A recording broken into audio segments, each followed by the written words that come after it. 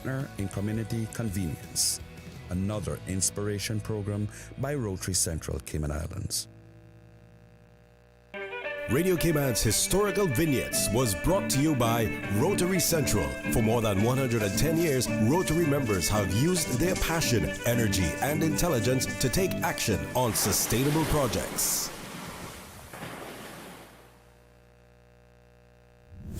The voice of the Cayman Islands. 89.9 FM in Grand Cayman and 93.9 FM in Cayman Brac and Little Cayman. Silver wings shining in the sunlight. Radio Cayman. But I do have some questions. There are more questions than answers. Cayman Islands' foremost listeners' participation program. Talk today. What's on your mind, Cayman? If you're ready to talk, we are ready to listen. Discussing current events and local news, community spotlights, hot topics, listener stories, cultural and historical discussions, environmental issues, fun and lighthearted topics, guest interviews. Cayman, basically anything you want to talk about, we are ready to listen. Here's your guest host. Good afternoon. Coming up next on Talk Today, we'll have some open mic to start off. Call and tell us what's on your mind. Then at the top of the hour, we will be hearing from 3 Caymanian Community Party candidates. It's Talk Today, so let's talk. Stay with me. Talk Today is brought to you by Subway, open 24 hours in Countryside, Anderson Square in Georgetown, and Centennial Towers in West Bay. And by the Ministry of District Administration, explore your history, explore your land, explore your sister islands. And Cayman Airways, call them on 949-2311 to book your nonstop flights to Los Angeles and Panama. And Doctors Hospital, peace of mind is important when life happens. Doctors Hospital, always there for you. Call 949-6066. Talk Today is also brought to you by Mike's Builders. Call 923-0706. Mike Builders. They make it happen. Talk Today is reminding you to avoid any statements or comments which are abusive, derogatory, malicious, or defamatory. Do not use indecent language or make any statement that is false or misleading. Call 1-800-534-8255, 949-6990. 949-8037 or WhatsApp us on 925-3261. And now, back to Talk Today. Good afternoon, everybody. Yes, I'm your guest host, Charles Glidden. Usually here Monday and Wednesday, but I don't know, I guess OC went to the BRAC and didn't come back. I don't know. Maybe he likes it over there, right? Well, as I said in the teaser there, we have some open mic to start off with. So the phone numbers to give me a call, 1-800-534-8255. That's Compliments of Flow. You can also reach us 949-6990, or you can go on the WhatsApp. You can send us a message or call 925-3261. That's the WhatsApp number. Well, let's see what's happening around the place. We got Caymanians doing good things. Doing, we got 34 Caymanian swimmers off to Trinidad. They're going to be competing in the CARIFTA Swimming Championship. So we wish them the best of luck. Bring home some medals. Show them how to really swim. Show them how the Caymanians swim. And also, I got to big up my friend Rita Estevanovich. Yes, Rita, if you ever seen her on the stage, you know she is a fantastic actress, and she's making strides forward in her acting career. I see that Rita has taken a big step to, going forward here. She's appearing in Charlie Brooker's British anthology series, Black Mirror, which is on Netflix. Started this month, and I know a lot of people are familiar with Rita performing at the Hartwell in Rundown and other performances, and she's a really, really good actress. I wish her all the best of luck. She's going to be playing the role of Dr. Garcia in season 7 of the sci-fi series, which is based on abstrusely dystopian future. You sure we aren't already there? Elon Musk is making sure we get there as fast as possible, I think. Rita, let me tell you, I watched her on the stage, and I just had to admire her talent. I've seen Rita be in a scene like in Rundown or something. She has no lines. She's just sitting, observing the other actors doing what they have to do. Not a line, not a word, but she is out acting everybody on that stage because she has that three-dimensional character, and she's letting you know what her character is without saying a word. That's an actress, let me tell you. So, do we have a caller? Good afternoon. You're on the air with Talk Today. Good afternoon. Good afternoon. And happy Easter. Happy Easter to you. This is the beginning of the whole week.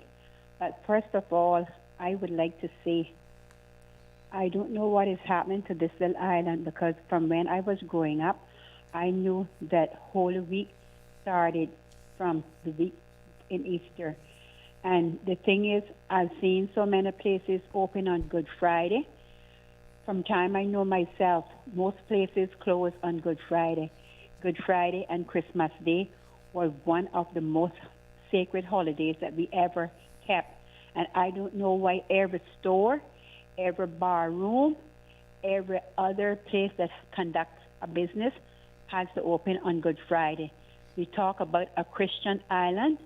I think we need to set a law to make these people know that it does not matter how much money you make on Good Friday.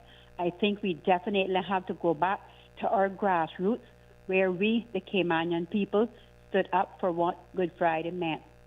You know, I've seen so many people, if you wanted something, when I was growing up and the store closes at 12, we had to wait till they reopen at 1 to get what we needed.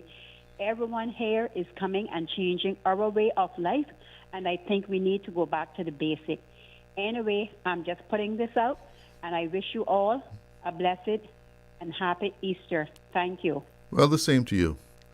Well, thanks for that input. I mean, I think most places are shut down, though. I guess there are places like gas stations and some other places that might be open, but like grocery stores, I think, are they open on Good Friday? I don't think so. I'm sure everybody will be buying up everything today to make sure they have supplies for the weekend. But I'm sure it's Caymanians also that are not observing Good Friday the way that our parents and grandparents would have observed Good Friday. But, I guess that's part of progress, as they would say. Things change, culture changes. Not everybody is of the same belief. And that doesn't mean that people, foreigners who are coming here and living, but even Caymanians, I mean, we are all of a different mind. We don't all worship the same. So that's part of being a more cosmopolitan, more multicultural kind of society. Well, of course, we're into the election season. We got about 13 days left, something like that. April 30th, anyway. It all comes to a head. Caymanians go to the polls and say who they want to be going to Parliament. One of the things, and it came up in a conversation right here on Talk Today, but I've always thought about how you have multiple people running for one district with one seat, all going for that one seat. And sometimes, you can end up with what I would call a minority candidate. Now, for example, you have East End this time around. There are 800 and 99 registered voters in East End, according to the Elections Office website. And we got 5 candidates. Now, 5 candidates vying for 899 registered voters, and probably not 100% of those are going to go to the polls. And in Red Bay, we have 1,432, and again, 5 candidates. You could end up with, say, a candidate that has 30, 35, 40%. And that's the winner. Okay? They could, like in East End, you could be the winner with just a couple of hundred votes. Maybe even not a couple of hundred. But you were first past the post and you win. You're the MP. Meanwhile, maybe 70%. Let's say you got 40% of the vote even. Even if you got 40% of the vote, 60% of the voters did not want you. Shouldn't we have a runoff between the top 2 people? Just so voters, we can have a definitive election of who should represent that particular district. What do you think about that? Should we have something like that? And also in one of our other shows, we were talking about people saying that they're not going to vote. I'm tired of it. I go to vote, nothing changes. I've heard it here on this show. I've also heard it among people that you talk to. Say, oh, well, they never do anything for me anyway, so I'm not going to waste my time. Well, someone sent me a text saying, I agree with the lack of hope hearing from many people. What is the impact of not voting? Well, in particular, not voting by absence versus attending polls but leaving a ballot blank. If you don't show up at the polls, we don't know if you were sick, dead, or off island. Would it be more of a message to attend the poll but leave a blank ballot to indicate no confidence in the candidates? Now, imagine you get in, you manage to win a seat, but there's a couple of thousand. We got, 25,000 plus people registered to vote, and 4,000 people hand in blank ballots saying, we don't have confidence in any of these people. You'll be sending a heck of a message. Be something for them to think about. People took the time to go to the polls and said, none of these people live up to my standards, so I'm not going to vote. Some food for thought. Remember, you can always give me a call. Tell me what's going on. Right now, let's take a break. We'll be right back with more Talk Today.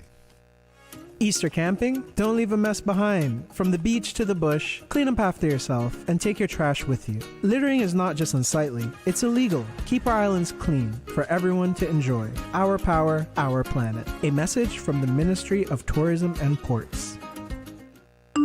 Did you know ordering your favorite sandwich from Subway just got easier? Yeah, picture this. No more waiting in line. No more fussing with cash. Just a delicious taste of Subway at your fingertips. With our new app, ordering your go-to sub is as easy as a few taps on your phone. Plus, receive exclusive deals and earn loyalty points with every purchase made on the app. Download the new Subway app today and get ready to ditch the lines and drive straight into your flavor. Visit the App Store or Google Play Store on your mobile phone and search for Subway Cayman Islands. Subway. Eat fresh.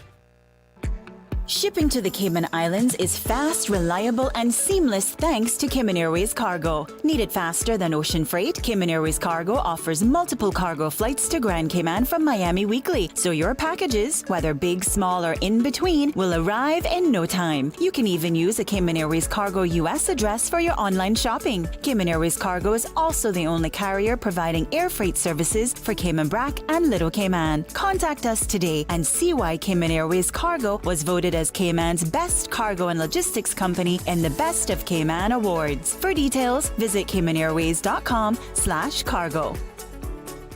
Stay cyber secure with Cayman National. Here are a few tips that will benefit you.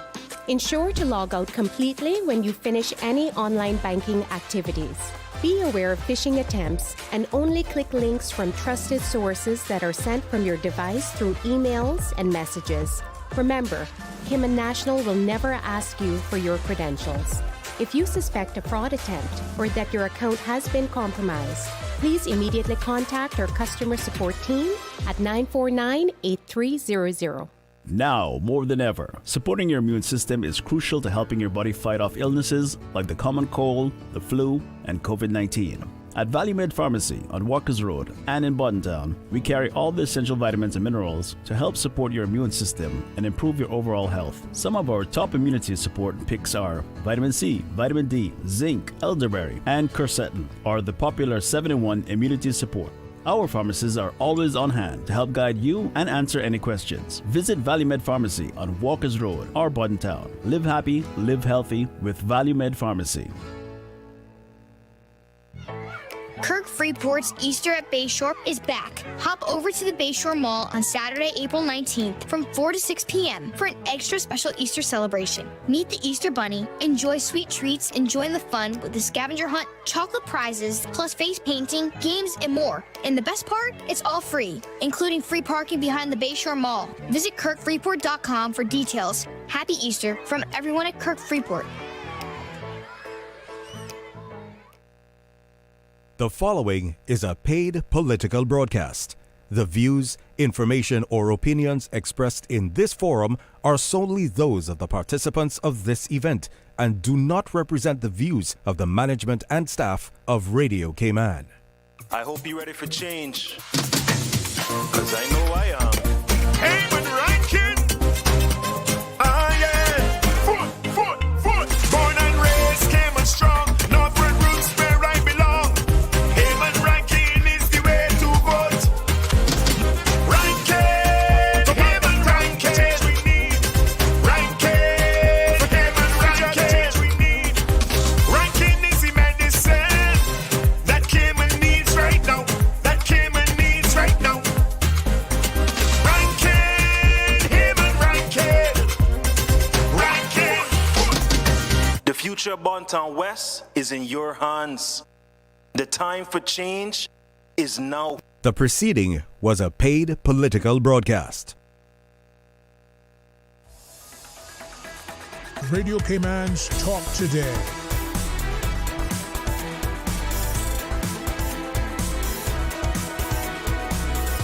What is on your mind, Cayman? Yes, what's on your mind? I want to know. What you doing for Easter? What plans do you have? What do people do when they go camping anyway? They eat, Susan says.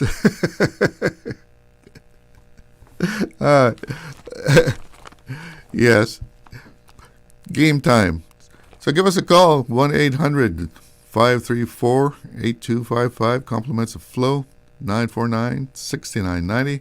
And WhatsApp, 925-3261.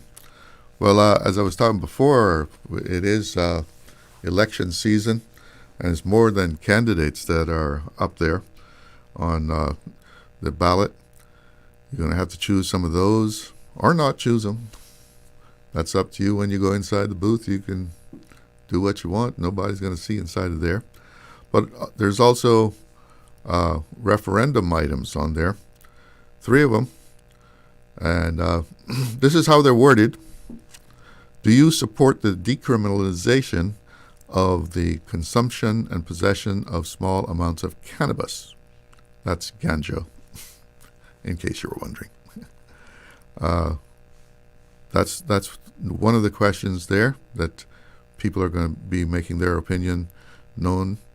And another one, should the Cayman Islands develop cruise berthing infrastructure? That's the hot one. That's the one that I think we are hearing a lot about. That's high on a lot of people's agenda. So if you're not up on that, you should take a look at the arguments on both sides, because that's going to be a big one there. Of course, cruise tourism has always played a big part in the tourism product and our whole industry. So we're sort of at the fork in the road here, and you're being asked, which way do we go? So should the Cayman Islands develop cruise berthing infrastructure? And the third one on the referendum is, do you support the introduction of a national lottery in the islands? So I haven't heard a lot of opinion on that. I mean, I guess a lot of people play numbers already, so this would just be making it legit. Is that why there is no controversy about that? So many people already do it. But we're going to know come May 1st how people feel about that.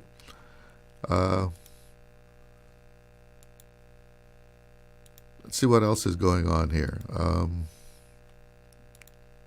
Remember, if you're going camping, you got to pay attention to the rules too. If you want to build a bonfire, you better get that money in. You got to pay for a permit. So go down there on the beach and start a fire. You better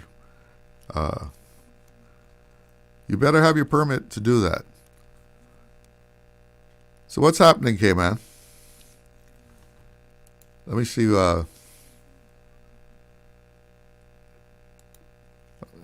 Bring up the guidelines here. Camping on private land without the consent of the owners trespassing. I would say so. You don't want to go and trespass. Someone might be chasing you off their land.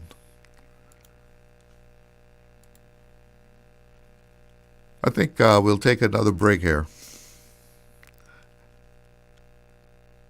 Did you know that Doctors Hospital provides urgent care services 24 hours a day, 7 days a week? And Doctors Hospital's urgent care physicians have access to the most advanced MRI and CT imaging in the Caribbean, providing reliable diagnostics when you need it most. When you need quality urgent care for an illness or injury, Doctors Hospital is here for you 24/7. Whether it's a migraine, chest or abdominal pain, shortness of breath, broken bones, or another urgent need, Doctors Hospital at the top of Walker's Road. Urgent care right now.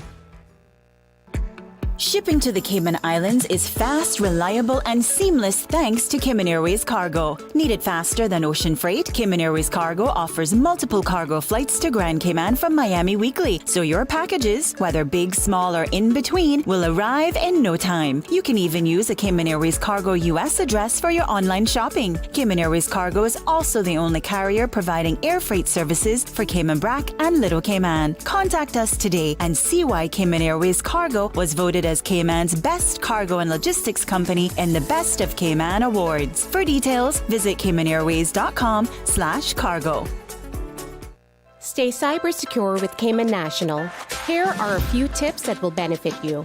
Ensure to log out completely when you finish any online banking activities.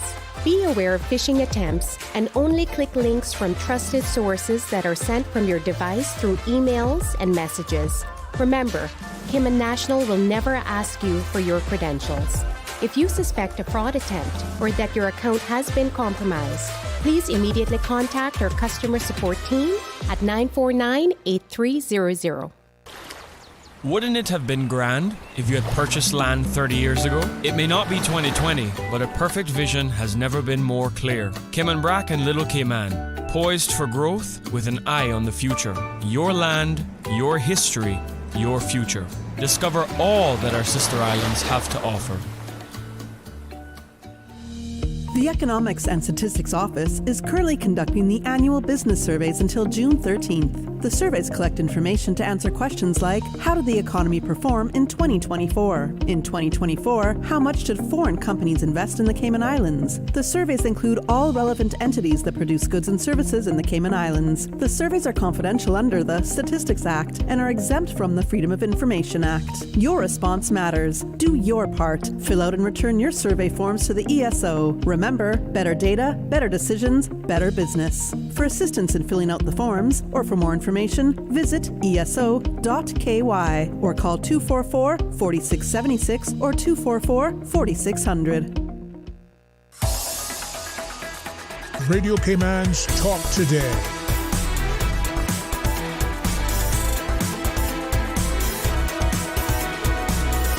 What is on your mind, Cayman? Welcome back, and we have a caller on the line. Good afternoon. You're on the air with Talk Today. Hi, good afternoon, Charles. How are you? I'm doing all right, and yourself? I'm good, thanks. Just before you went to the break, you mentioned something about the National Lottery, which is a referendum question. That's right. Yeah, I just wanted to see, because I got the impression that you were saying then with the National Lottery that the numbers games and all that will be legalized? No, I don't think that's going to happen. Okay. So it'll be a government-run national lottery. If you choose to purchase there, it's okay, and those funds will hopefully go to some good use. Yeah. But yes. The illegal racket of numbers and stuff will still remain as such. Okay, let's see on the elections, and the elections website is a great place to go. It's loaded with a lot of information.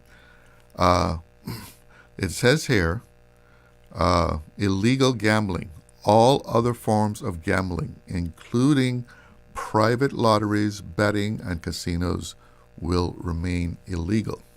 Well, that answers that, just like that. So, yeah. But do you think this is a good way to raise money for things like education or scholarships or that sort of thing? Oh, I'm okay with the National Lottery, and particularly if the funds are earmarked for something very specific, like in our case, education, perhaps. There are many other worthwhile areas as well. So, yeah, I don't have a problem with that. I buy the Rotary raffles because I know you stand a chance to win something, and even if you don't win, the money is going to Rotary or to Lions. So that's how I view the government's national lottery. I view that as something that we've been doing legally for years by supporting charities and buying. It is a game of chance. When you buy a raffle ticket, you're buying, some people may be buying just for the idea of winning the Mercedes-Benz or something. Others may be buying because they realize that that's how the clubs raise most of their funds, and they believe that it's being put to good use. So, yeah, I'm all right with that. But it is a game of chance. I've even had people when they're trying to sell you a ticket, right? They give you the book and say, you choose your number. Oh, yeah. Instead of just taking the next one in line, the next ticket in line. A lot of people do that because some people will say, I have a good lucky number, right? A special number. Yeah. So really, as much as you might hear some people arguing, it is the same thing as far as I'm concerned. We already have that legal form of gambling. Now, I'm not going to say that I'll be rushing to buy lottery numbers, but it's not a lot different than some of the things that happen. No, that, and just one other little thing. I think, traffic, which is such a huge issue. I think the private schools were out all of this week so far, or some of them. Significant number of private schools have already been out for the Easter break. The government schools, I believe, closed today. But I couldn't help but notice through this week that traffic seemed to be quite diminished. It wasn't bad at all. It's amazing the effect that the schools have on traffic. Oh, it's amazing. But what I'm really getting at here, we think usually in terms of the government schools and the buses and stuff, but I do believe that the private schools are contributing significantly, because in many cases it's just a nanny or somebody on the road dropping kids off to school. Not in all cases, but many.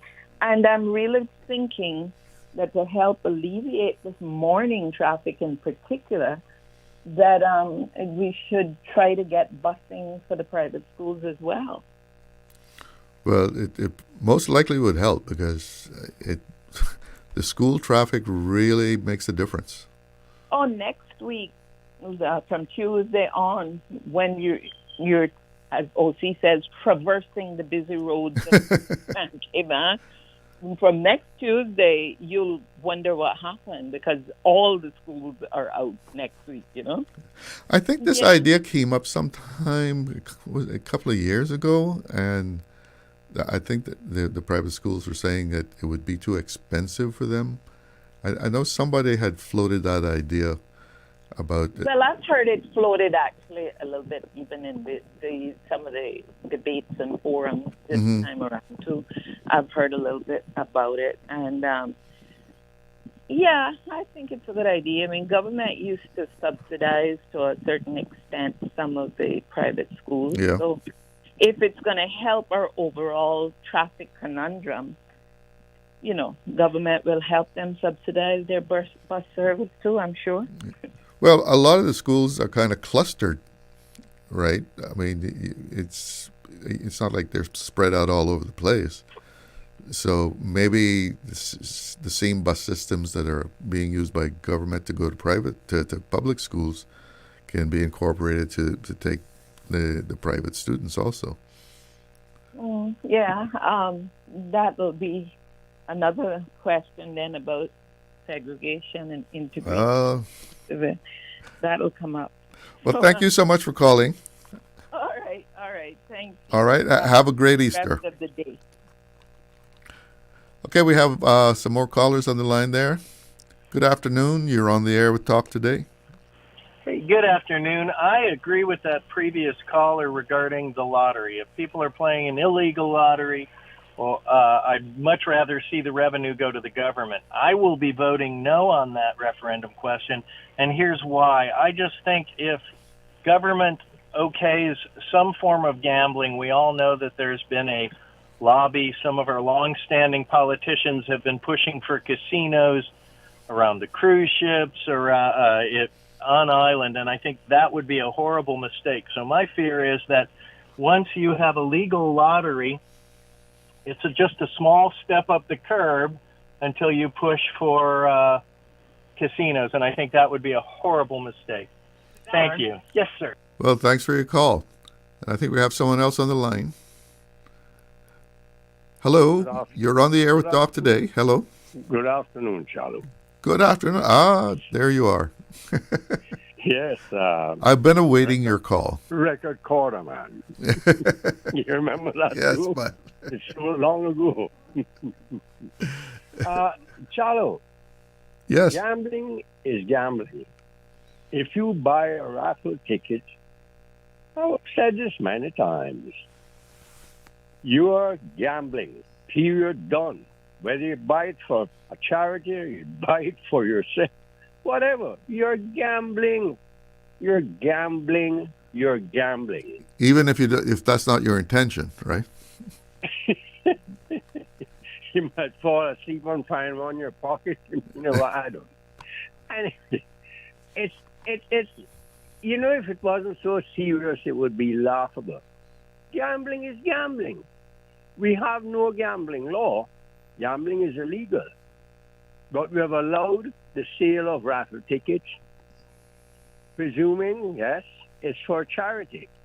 We don't have any direct income tax, so we don't know how much goes to charity or how much goes in the pockets of those who are selling it. There's nothing wrong with that. You have told the people, and just as said or you said. People like the Lions and Rotary, though, I think that's pretty straight up, don't you think? It's just pretty well they realize that, yes, it's going to charity. But it's still gambling. Say you're gambling for charity. Right? It's like, as I use an analogy many times on the radio, if you steal 10 pounds of sugar and give it all away to 10 people or 24 people, and you steal the 10 pounds and you keep it for yourself, you're still stolen, you're still broken the law. So it's all the same. I guess that's the Robin Hood exception, I guess. We have to understand that gambling is gambling. When we say the sale of numbers, you're buying a number, just as you said, or Ms. Lawrence said, you're buying a number. That's like they give you the book and say, choose your number. And it has to be that number that wins. It has to match the number on your stub. The same thing, I presume if you buy a number from somebody selling numbers, which 90% of the people we know are buying them daily. Millions of dollars are spent weekly in that. Anyone who is alive knows that. And the government could tax it and make some money out of it. I've suggested there are easy ways to do that. We have easy ways to control, monitor it. And we don't know if the lottery is going to be run by the government. It might be forced out to a private company, and the private company pays the government royalty on it or whatever, and then the money, the taxes would come in for the government, into the government coffers. But there's another aspect of this too. That remember, we're not a huge population. We're approaching that 100,000, but you got to have some volume because you got to set up a lot of stuff to run a national lottery. You got to have people to work it. Is it going to generate that amount of money to make it worthwhile versus the cost of putting it in place and running it? Points of sale also, maybe like how they do it in Florida and the whole United States. They sell it at the 7-Eleven, all the supermarkets, at the airport, everywhere. It's points of sale, and they pay those people something, and the government makes, I think now it's 3 cents on a dollar the government makes in Florida, I believe, or it used to be 1 cent, but I think it's gone to 3 cents or 2, something like that. Of course, they're selling millions of tickets, right? Volume, millions of tickets.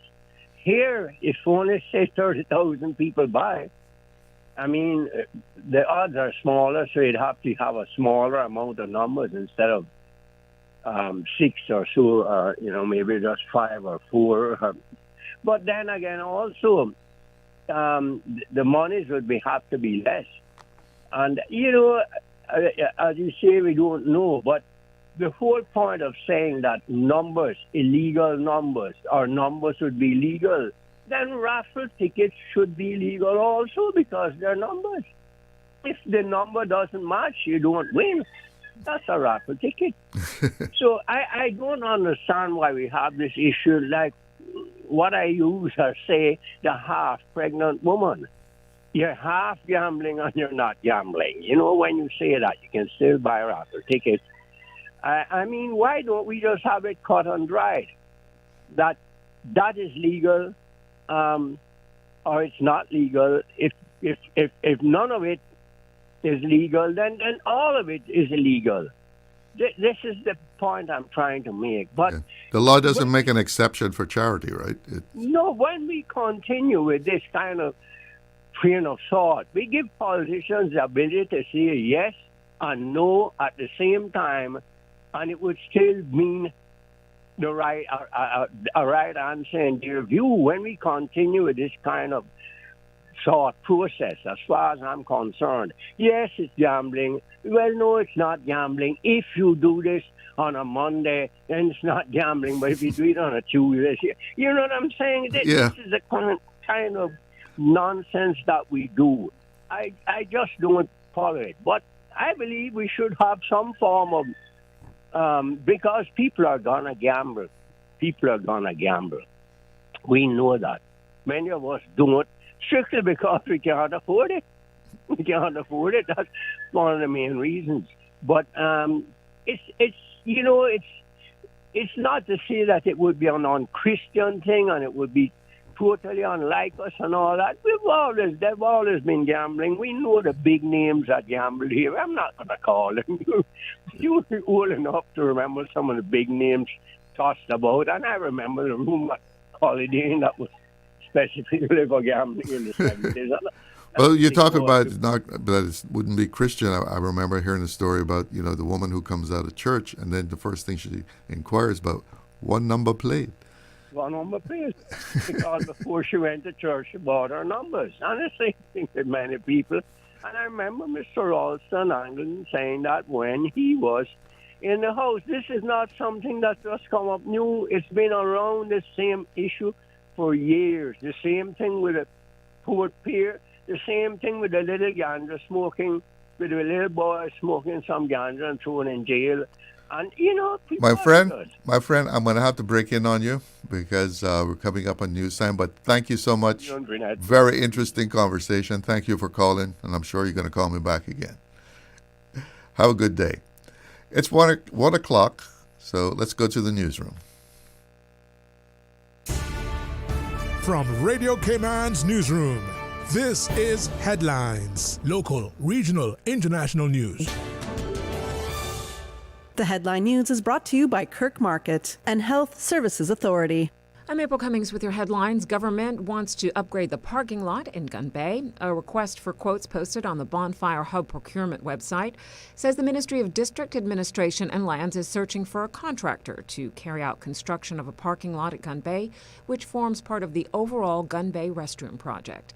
The deadline to submit a tender is May 6th. In international headlines, a suspect is in custody following a reported shooting at Florida State University today. This is according to 2 law enforcement sources with direct knowledge of the situation.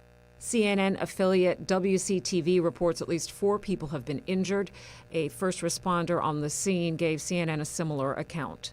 A spokesperson from Tallahassee Memorial Healthcare said that they are actively receiving and caring for patients, but the details are still unfolding and they do not yet have specific information to share.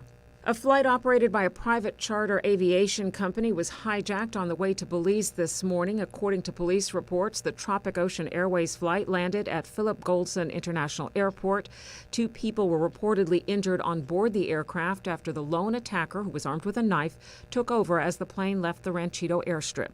The attacker reportedly threatened to keep the plane running until it ran out of fuel. It took a meandering course south toward Belize City before landing. Again, police have taken the hijacker into custody. The injured passengers are being treated. Those are your headlines. I'm April Cummings. Radio Cayman. More news available at www.radiocayman.gov.ky. Check out our social media pages: Facebook, YouTube, X, formerly Twitter. Radio Cayman Headline News.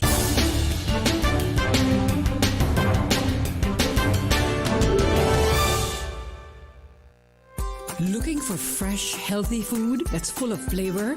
Then you've got to visit Kirk Market. Our dishes are made with fresh, high-quality ingredients. Enjoy vibrant mixed greens or satisfying pasta salads. Or try one of our delicious grill options like blackened chicken, spicy beef steak, or grilled salmon.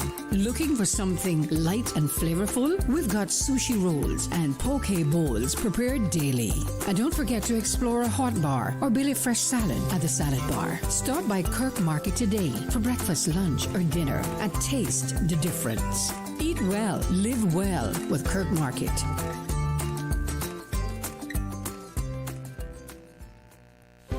Do you have a healthcare question but not sure who to ask? Contact HSA's Patient Call Center to speak to one of our experienced clinical team members. We are here to answer your questions and help guide you through your healthcare journey. Need to make an appointment? Our team can help. Contact HSA at 949-8600 or email info@hsa.ky. At HSA, we are committed to caring for you. Radio Cayman is pleased to feature this special Sister Islands historical vignette brought to you by the Ministry of District Administration and Lands. Explore your history, explore your land, explore your Sister Islands. Esterly Clarence Tibbetts, BEM, 1910 to 1999. Esterly Clarence Tibbetts was born in Kimmerbrook. After working overseas for a number of years, he returned to Grand Cayman, where he married Emma Melba Bodden in 1940. In 1949, he joined the civil service as Superintendent of Works at Public Works Department, where he had numerous responsibilities for both Grand Cayman and Kimmerbrook. He played a vital role in the early development of these islands, and many of the roads, buildings, lighthouses, and other works remain in use today, a testament to his hard work. He was awarded the British Empire Medal in 1965 for his long and dedicated service to the people of the Cayman Islands. He retired from the civil service in the mid-1980s.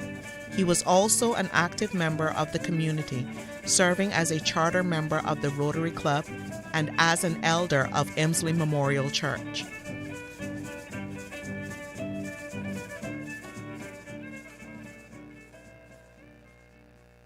Radio Cayman is pleased to feature this special Sister Islands historical vignette brought to you by the Ministry of District Administration and Lands. Explore your history, explore your land, explore your Sister Islands.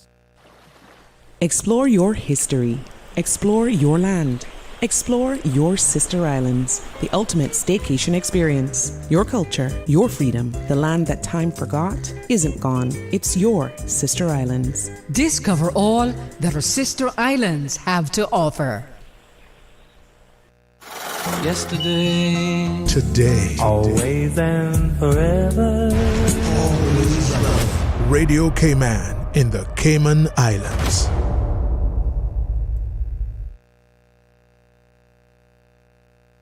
Accidents and illnesses can strike without warning. Ouch! When it comes to urgent care, every second counts. At Doctors Hospital, we have a dedicated team of experienced doctors and nursing staff available to you 24 hours a day, 7 days a week. Don't waste time in an overcrowded emergency room when you need urgent care. Whether it's a broken bone, a severe infection, or a sudden illness, trust in Doctors Hospital's unwavering dedication to providing the best immediate care. For complete urgent care when you need it the most, choose Doctors Hospital, located in Georgetown, 16 Middle Road. The following is a paid political broadcast. The views, information, or opinions expressed in this forum are solely those of the participants of this event and do not represent the views of the management and staff of Radio Cayman. Welcome back to Talk Today. In our political installment for this afternoon, we hear from three Caymanian Community Party candidates. In the studio with me are Emily DeCou, who is standing in Georgetown East, Robert Bodden, who is standing in Bodden Town East, and incumbent Wayne Panton will be joining us in a little while. Good afternoon, folks. Thanks for joining us here on Talk Today.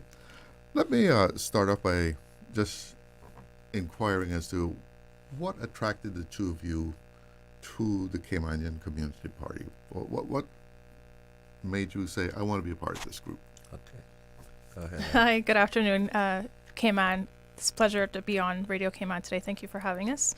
My name is Emily, and to answer the question, it came down to, this is actually my second election. So in 2021, I ran as a very concerned citizen, and that concern has only increased in the last 4 years, right? So in 2024, when 4 incumbents resigned on principle, these are 4 individuals who I had a tremendous amount of respect for before their resignation and the reasons behind why they resigned.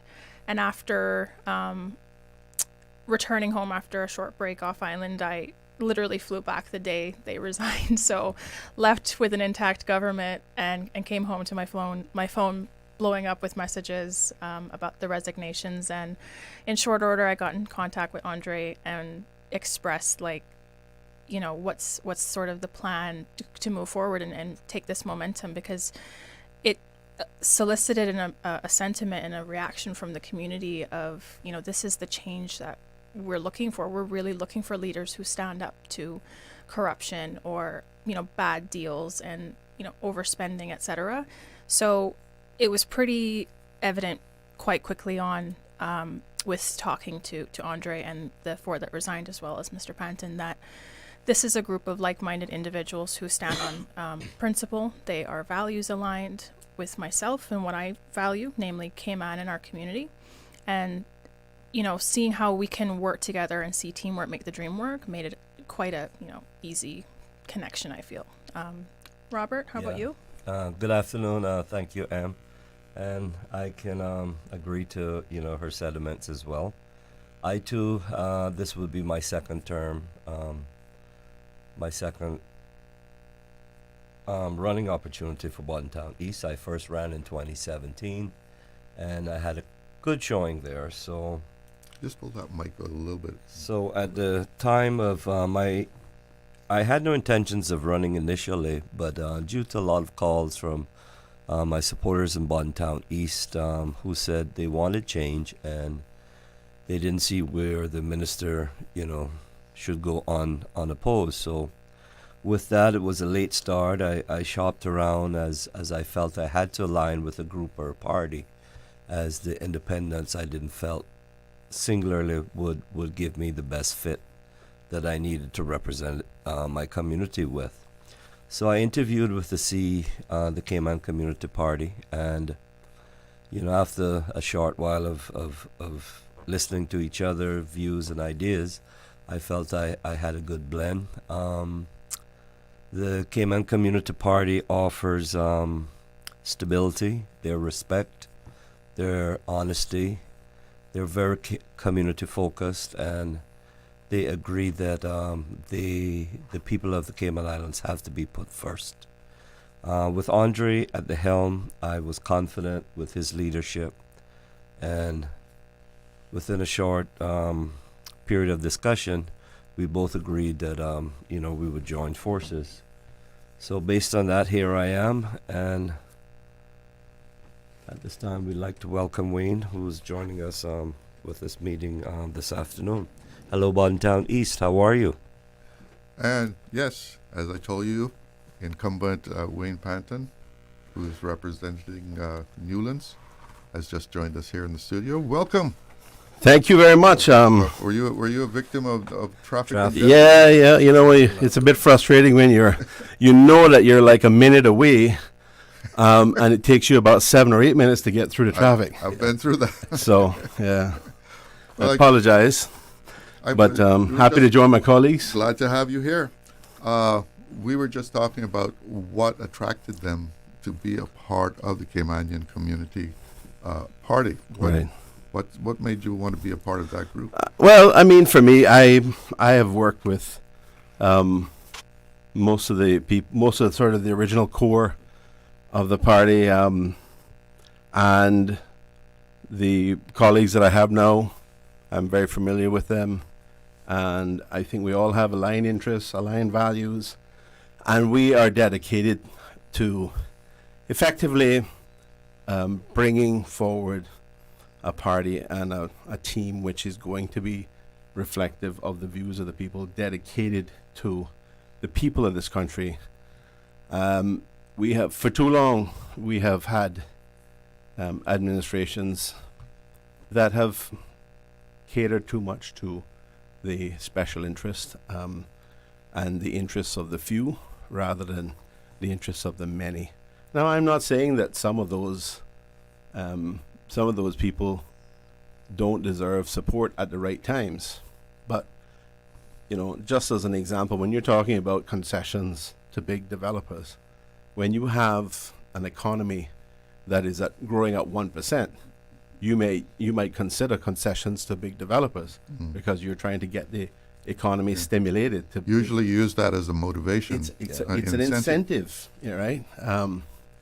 But when you have the economy at 3%, 3.5%, 4%, 4.5%, and unemployment is low, what is the point of granting concessions to big developers, unless they were doing something that really reflected a transformational change, like in relation to sustainability, building resiliency into what they were, the products that they were creating, or we say also doing developments which cater to the needs of our young people, our Caymanian people, our Caymanian community, who are seeking to buy their own homes and to start their own families or provide shelter for their own families to continue the Cayman dream. For too many, it's not a Cayman dream. It's a bit of a Cayman nightmare, and the challenge is getting worse. The circumstances under which we're operating is getting worse. There are all sorts of dark clouds on the horizon with what's happening with the U.S. administration and their approach to completely tearing down global trade. There are huge concerns about a global recession, if not a regional recession. So there's a whole lot for us to be concerned about, and I think our focus needs to be on supporting our people who have been struggling through, the last couple of years of high inflation, and we all know that Cayman is an expensive place anyway. Paradise is we have a paradise, but it's expensive. Yeah, and we have to do everything we can to support our people and their ability to thrive, just like anybody else who comes here and seems to be able to, build a life and to be able to thrive. We need to make sure that our own people are in the same position, and that means our priorities have to be at least significantly focused in the direction of supporting our people, away and not so much on these transactions with special interests and these huge vanity projects and these obelisks. We can't feed people with steel in the ground and concrete in the ground. No.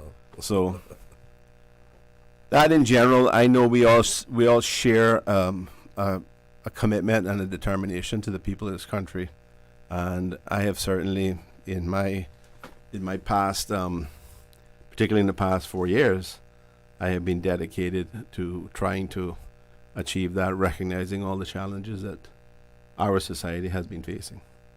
Well, you said you wanted to talk about motivation and qualifications. I think we might have touched on motivation already. Yes, for sure. So why don't you move into qualifications? Sure, thank you. So from me, Emily, for Georgetown East, I am a fully qualified resource efficiency advisor. So different resources that include not only our natural capital, but our community is a resource that needs to be invested into responsibly. Our economy needs to be balanced, our fiscal responsibility needs to be well balanced and seen more as a resource, as a tool, not sort of this be all end all. We have a major pillar of our economy being the financial services industry. In light of the sort of geopolitical storm that's on the horizon, and maybe even closer than that, right? We have to really look and take a macro look at how we're making decisions with the resources that we have, and taking a proactive look as to what our resources that we want, that our community wants our resources to look like for the future. So what do we want our workforce to look like? What do we want our healthcare system to look like? These sorts of things. So that's where I come in to try to lend my expertise, where it's shaping policy with these resource efficient principles in mind, right? So that all being said, I do also have 10 years of experience in the financial services industry and legal sector. I have a proven track record of being a sustainability focused volunteer and person who holds leadership roles in different nonprofits locally. So I have that unique blend in the private sector with financial services industry, as well as working in the nonprofit sector. So currently I am also the corporate secretary for the National Trust of the Cayman Islands, which I am very, very proud of, to hold that role. And I just lend that sort of proactive view, you know, as a young person who is going to be inheriting a lot of the effects of the decisions that are made. I try to come at it from a perspective of it's not just the current generation, the vulnerable who are living now who need to be safeguarded, our environment that needs to be stewarded, but also future generations and our environment that don't have a voice. So that's where I come in to try to be that advocate as a leader in all the work that I do. Mr. Bodden? Cool, thank you. Robert Bodden, Bodden Town East. So I come to the table as a grassroots person, having been around politics from the early 2000s.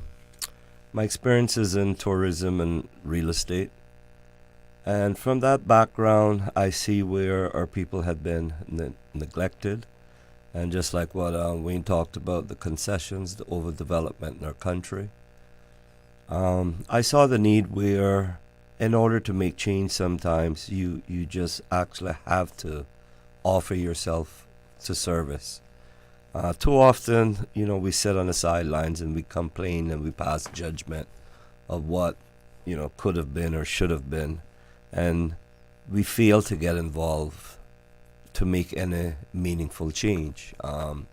Change starts with the individual coming out of their comfort zone. You know, it's a thankless job sometimes, what the candidates have to go through, the sacrifice of your family and your business in order to address some of the issues that you know needs changing in this country. I mean, we have a development plan that has been on the shelf from 1995. My experience tells me that, you know, Cayman is not growing any more land. So we have to be proactive in our future plans for infrastructure, future plans for development, future plans for sustainable development in order to protect our children and our grandchildren's future. You know, I come from a generation where the development of this country initially was on sustainable development. And we had moratoriums on certain types of development. We had Caymanian protection back in the 70s. You know, some of our leaders and statesmen that made Cayman what it was or what it is now, you know, they saw into the future and they saw where runaway development is not the best solution for everyone.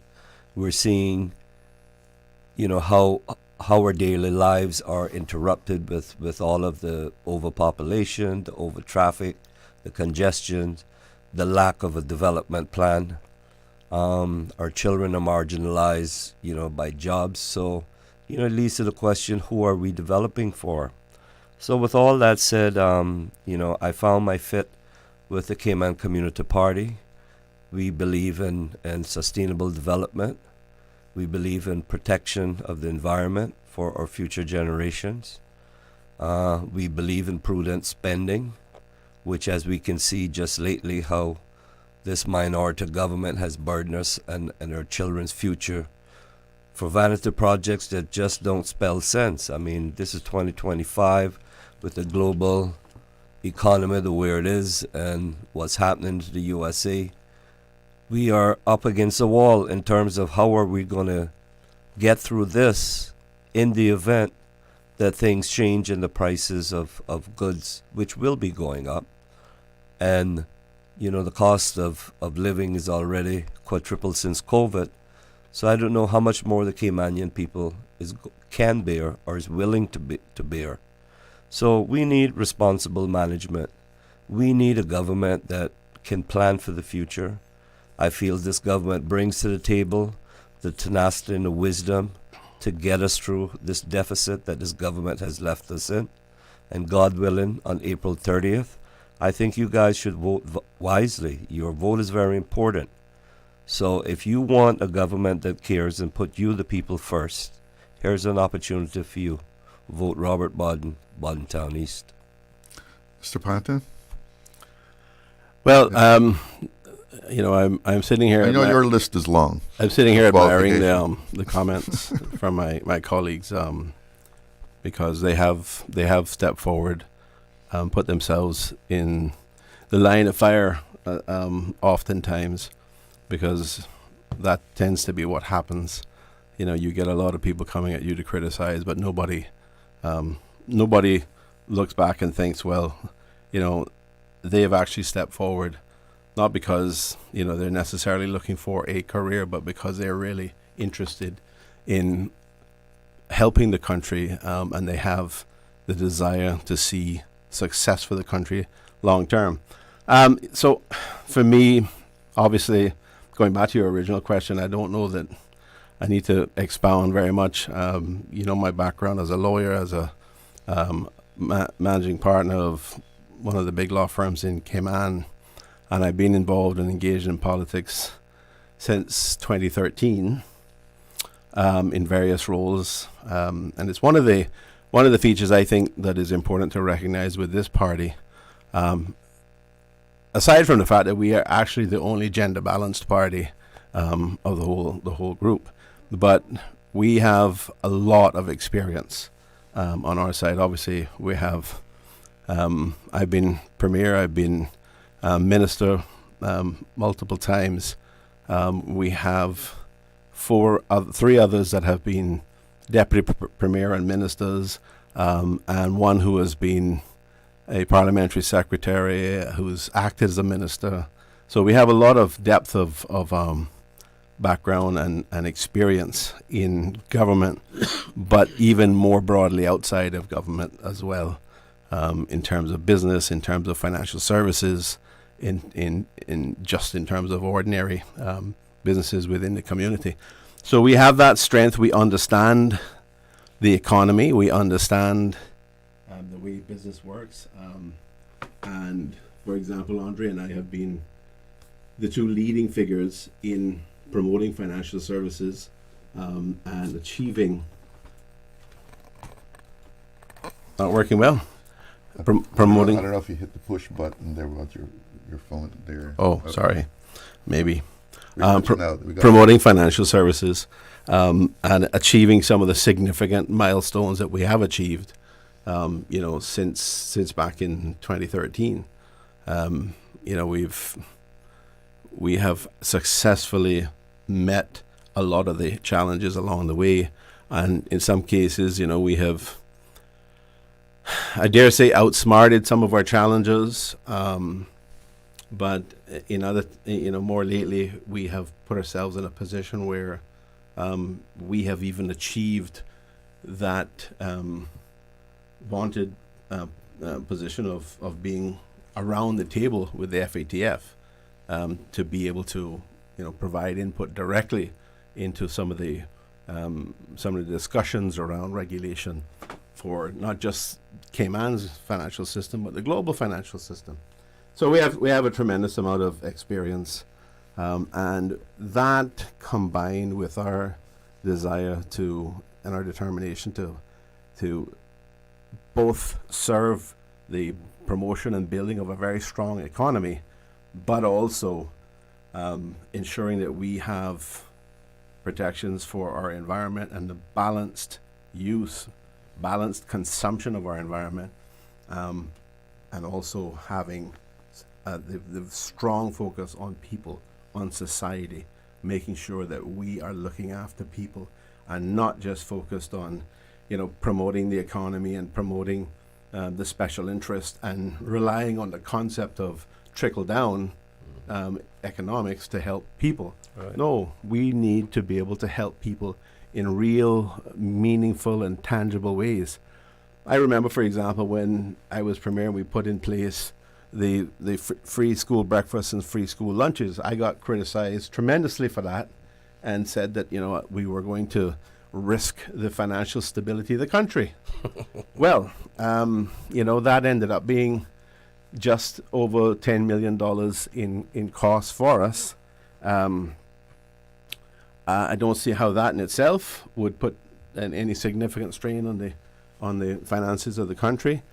But what is interesting is the very group, the very party that was insisting that was the case, have now taken on board the majority of the remnants of the previous government who have been instrumental in putting us in a position, a very unenviable position, where we have a pre-election finance update which says we're on track for a $27 million, I'm rounding up, $27 million deficit for this year, for the end of 25, and a $44 plus million deficit for 26. Now, it's very interesting to hear some of the people in the PPM, for example, and some who are in the periphery hoping to be aligned with them and acting as their surrogates, saying, "Oh no, don't worry about that. These are just projections. You know, we can deal with that." No, let me put it in context.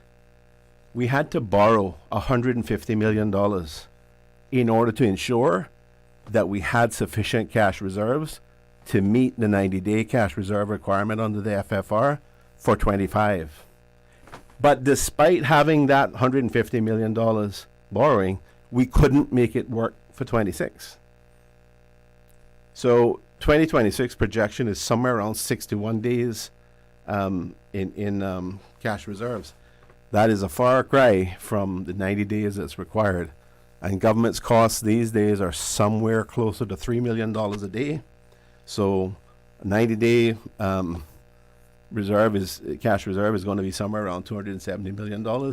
So they're well short of that for 26. The bottom line is this: there's going to have to be a reprioritization of projects. Something may have to stop, something may have to slow down, but we're going to have to slow down spending, because there was a complete switch from about an $81 million switch from where they projected we would be to where they projected we would be for the 24 budget to where 24-25 budget to where we're now projected to end up. I don't see that. I don't see taking on the elements that have brought that about as strong, responsible leadership. That is just not the case. That is complete contradiction. So anyway, we are committed as a government to being fiscally responsible, to being dedicated to serving the interests of our people. We have a plan. It's not just words. It's a specific plan that we are going to be implementing. We've set that out, all the various provisions out in our manifesto.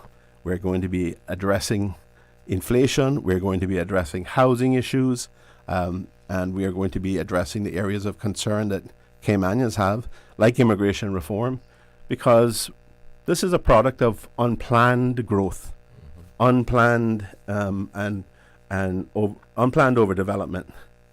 We have people in our country who are looking around. They don't recognize where they are. They don't recognize. They're recognizing less and less who we are as Caymanians. So we're losing our identity, and on top of that, we feel like we are now a true minority in our own country, and we've lost control. So I understand it when young people tell me that they feel despair. I understand it when their parents tell me that they feel despair for their children. And we have got to provide hope and provide solutions. And it's not going to be, you're not going to click a switch and change that overnight. But if we start moving in the right direction, over time, we will recover that. And we will have a country that our children can feel that they can grow up in, they can thrive in. And I'm not just talking about children, but people today. We can thrive today, but for generations to come too, meaning our children. And on that note, I have to break in here. We'll be right back with more talk from the Cayman Community Party. Subway and Oreo has changed the dessert game. Introducing the Oreo Footlong Cookie, a full 12 inches of chocolatey, creamy goodness. It's big, it's bold, and it's here for a limited time. Perfect for sharing or not. We won't judge. Want it fast? Order ahead with the Subway Cayman Islands app for quick pickup and earn loyalty points, or get it delivered straight to your door with Bento and Let's Eat. Don't wait. Treat yourself today. The Oreo footlong cookie is calling your name. Subway. Eat fresh. Snack sweet.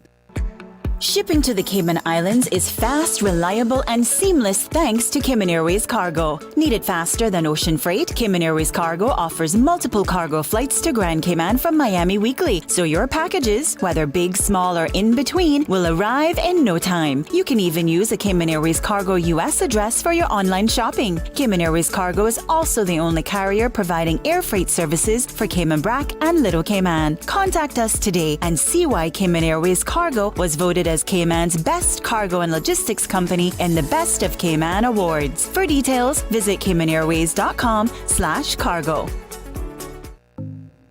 Looking for ways to save energy and learn more about sustainable living? Visit EmpoweringCayman.com. Explore inspiring stories about our history, practical tips, and the latest updates on how COC is prioritizing affordability for customers. Be a part of the change today.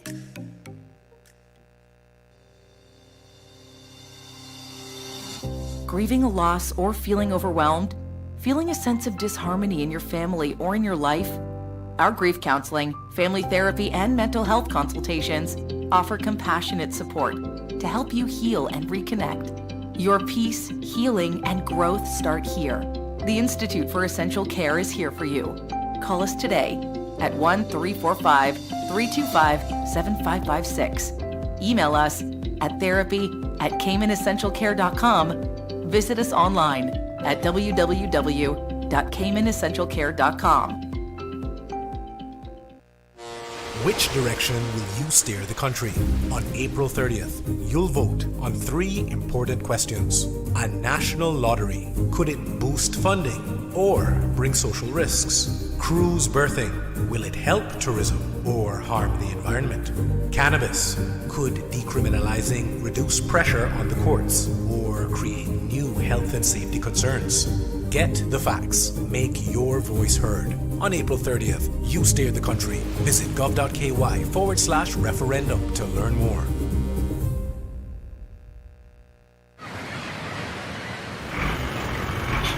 Big decisions need real data.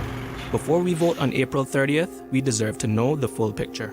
A cruise pair would require dredging large areas of seabed, placing our marine life, coral reefs, and water quality at risk. While Cayman would carry the environmental and economic burden, the cruise lines stand to benefit the most. They already take up to 70% of cruise passenger spending through onboard shops and exclusive partnerships. Is it worth risking what makes Cayman special so that cruise corporations can earn even more? Vote no on April 30th. Let's protect what makes Cayman unique.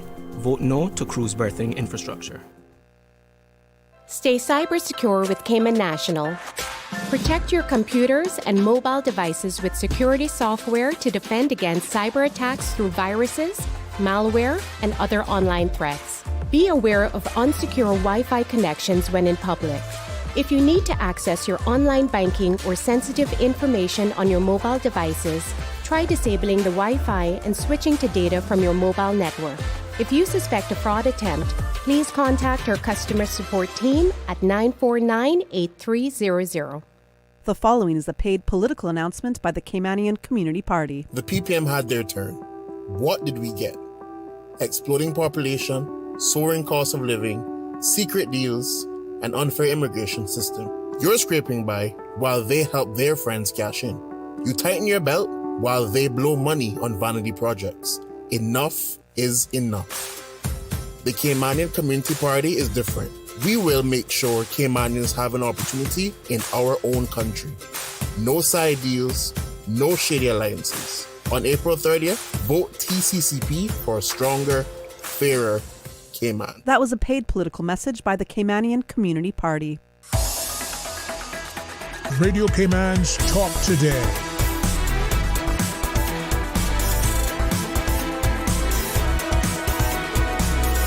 What is on your mind, Cayman?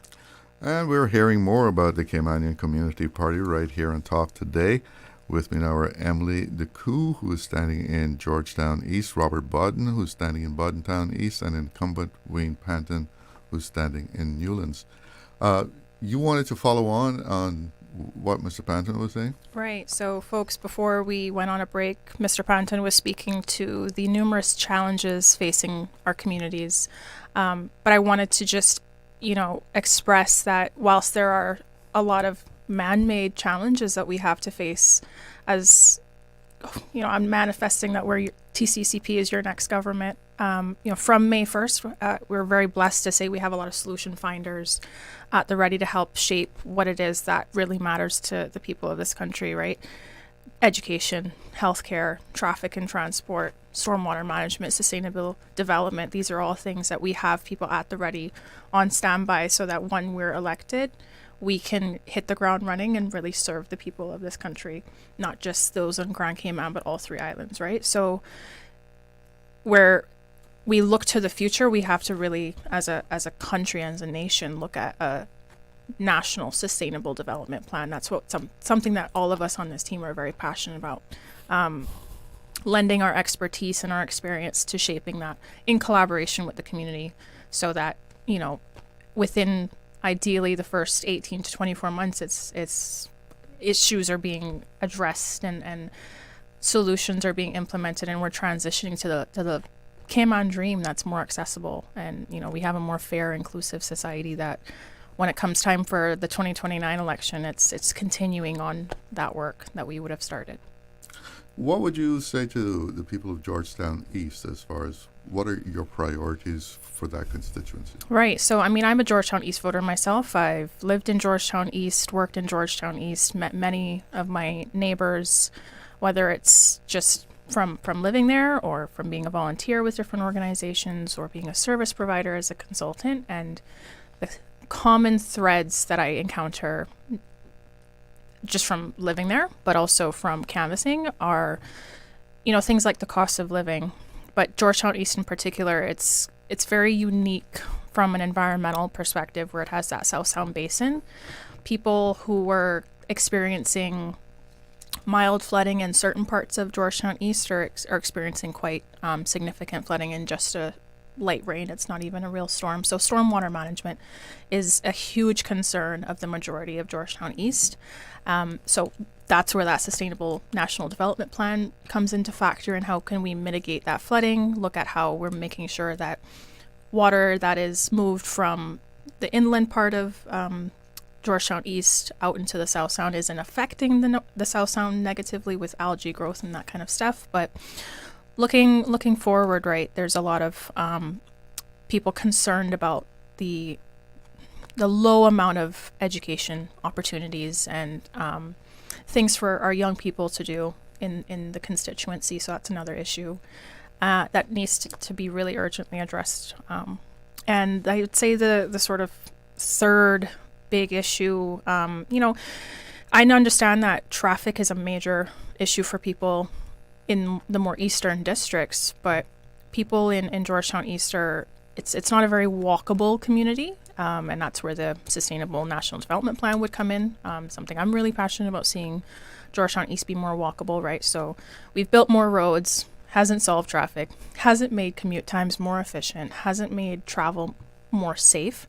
So, we've extended the highway, we have not added sidewalks to Crew Road, we people struggling to cross at where the Hurley's roundabout is. That's another source of contention, understandably, for residents in Georgetown East, is figuring out that bottleneck and seeing how we can look decades ahead at a really well thought out public transport system. I would say those are some of the main issues affecting the residents of Georgetown East. And what about Boddentown East? Well, Boddentown East, we're suffering daily with the traffic commute. So that is high on the list for a party. That would be something we'd complete within the first 2 years of being elected. Boddentown East has a lot of issues internally in terms of the dumping ground for crime. So a lot of our neighborhoods needs upgraded CCTV cameras We have an illegal dumping problem in the district. So with the introductory of these additional cameras, we're hoping to catch some of these culprits. I have to give a shout out today to Miss Romelia, who actually caught someone red-handed, just throwing garbage on the side of the road. And it's a terrible nuisance that has invaded our communities, and we need to put a stop to it. Bodden Town is lacking in terms of a upgraded health facility. Bodden Town is the fastest growing district, and there has been plans on the books as far back as, I think, 2015, when Osborne was the Minister of Health, to include an upgraded health outer district hospital with emergency services. So that would be something that we could look at implementing. We need after-school programs in the district for kids who are falling behind academically. These could be in the forms of vacation catch-up courses during primary school to allow these children who are falling behind an opportunity to catch up. I see where the need in the district for a music and performing arts initiative could be implemented. The whole Bodden Town Central is in need of an uplift. We need more traffic calming measures throughout that district. I see where immediately we could do government-private partnership, through the Department of Tourism. We could choose 5 islandy colors to start with, and all of the roadside houses could be painted in these vibrant colors. It would just create an uplift, for when you're driving through Bodden Town. Bodden Town is very picturesque, and we have a lot of beach scenery as you drive through. Bodden Town is in great need of a lot of work. I see the government is finally addressing the road and flooding situation by the police station and the clinic. That has been going on for years, and it's just amazing how we have an MP serving there for 8 years, and this is right in his backyard. Didn't see the need of proper drainage. We have similar issues of flooding throughout our neighborhoods: Combe Avenue, Belford Estates, Midland Acres. I mean, these are things that any responsible representative who is in touch with his community would be on top of. We have a new cemetery that this incumbent brought to Bodden Town, and it's a crying shame that you go to pay your last respects to your loved ones, and you got to be standing up on pallets to walk the caskets through to the vaults. It's a crying shame, and better has to happen in Bodden Town. So I see where immediately, through my efforts with the party and with community involvement, we could improve the lives of Bodden Towners on a whole. Bodden Town was the first capital, and there's no reason that we should leave it to rot and be an eyesore that the central of Bodden Town has become. It is a beautiful neighborhood. It's a beautiful part of the island. We have some of the most welcoming and hard-working people in the district there. And we need a lot of work in there, and I'm willing to roll my sleeves up and work with the people and the government to make sure that, this is a reality. The quality of life has to improve. Thank you. And Newlands. Hey, thank you, Charlo. And, I just want to say, just following on from what Robert has said, one of the things I'm really, really excited about is we're the only party that has a slate for all of Bodden Town: Newlands, Savannah, Bodden Town West, Bodden Town East. And, I've represented all of Bodden Town in the past as well, and I have a huge degree of fondness and care for all of Bodden Town. Bodden Town, everything Robert has said about Bodden Town is spot on. It was the first capital, and right now, the last 8 years have just really reflected a decay of what that potential could be, and I want to see that realized for for Bodden Town, particularly on the waterfront, because there's so much potential there to have an amazing part of Cayman's history represented, both with modern facilities, but also things that speak to our past and our traditions.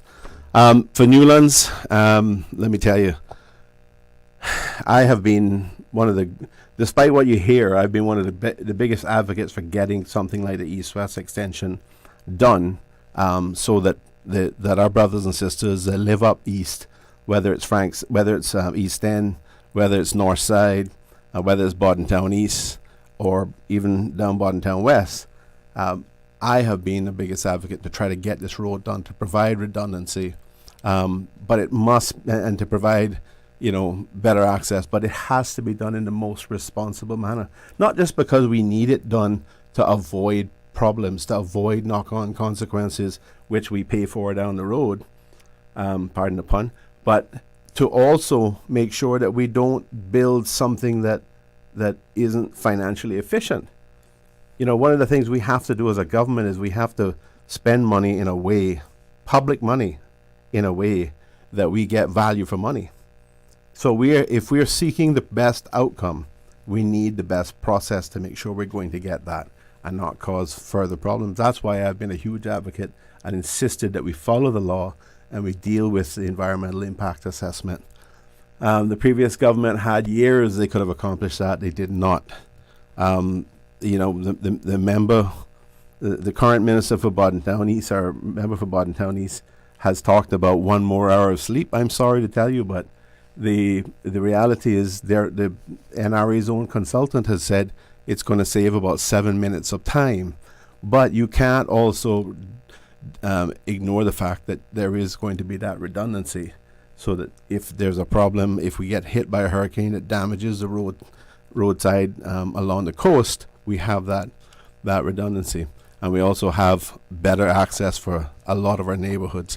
But what it means for me in Newlands and for my constituents in Newlands is if that traffic starts coming down there, connecting up to a new roundabout with Hearst Road, we are going to find it even more difficult to join into that traffic to go west, which is primarily where people go in the morning. So I am advocating at least one of the 2 loop roads, the connector loops that are supposed to come from like the middle of Newlands by ICCI and connect up to the roundabout that is supposed to be built up by Woodland, or the roundabout that's down just below Chime Street. So that's one of my first priorities, is to ensure that road gets built, that loop connector gets built at the same time as we start having traffic diverted off of Shamrock Road, coming down on the East-West extension, connecting up through the roundabout by Hearst Road. But we also need public transport in some way, shape or fashion from Newlands into all the way out to Countryside, which is where the main commercial sector is. That's where the buses stop. We don't have that. We've tried to do it in the past.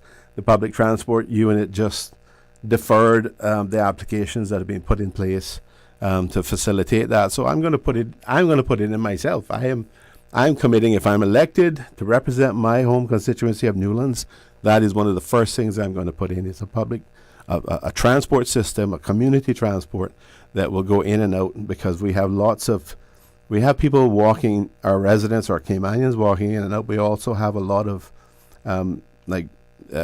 helpers and stuff that are essential to our families, to their ability to function, or their ability to get up in the morning, get their kids ready and go to school. If we can move them back and forth as quickly as possible and more safely in terms of getting them off a narrow road, that is a critically important thing. I have to cut in on you. We have to take one more break. All right. We'll be right back. Listen, your friends, I know I'm going to enjoy some Easter camping this year. I going to, but let me remind in a quick time. Littering is a crime.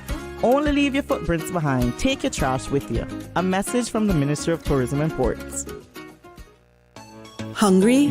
Need Subway any time of the day? Yeah. We've got you covered. Subway at Anderson Square, Centennial Towers, and Countryside Shopping Village is open 24/7, serving up fresh, delicious subs anytime you need them. And for your weekend cravings, West Shore Center is also open 24 hours on Friday nights and until 1 a.m. on Saturdays, because it's never too late for a great meal. Skip the line and order ahead with the Subway Cayman Islands app, or get your favorites delivered straight to your door with Bento and Let's Eat.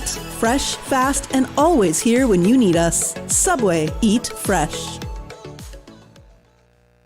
Did you know that Doctors Hospital provides urgent care services 24 hours a day, 7 days a week? And Doctors Hospital's urgent care physicians have access to the most advanced MRI and CT imaging in the Caribbean, providing reliable diagnostics when you need it most. When you need quality urgent care for an illness or injury, Doctors Hospital is here for you 24/7. Whether it's a migraine, chest or abdominal pain, shortness of breath, broken bones, or another urgent need, Doctors Hospital at the top of Walker's Road. Urgent care right now.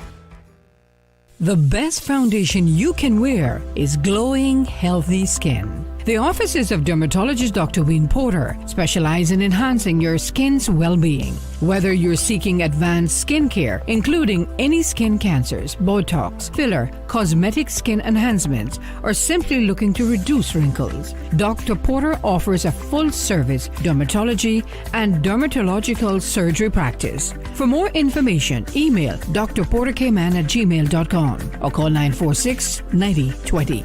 That is 946-9020. Radio Cayman's Talk Today.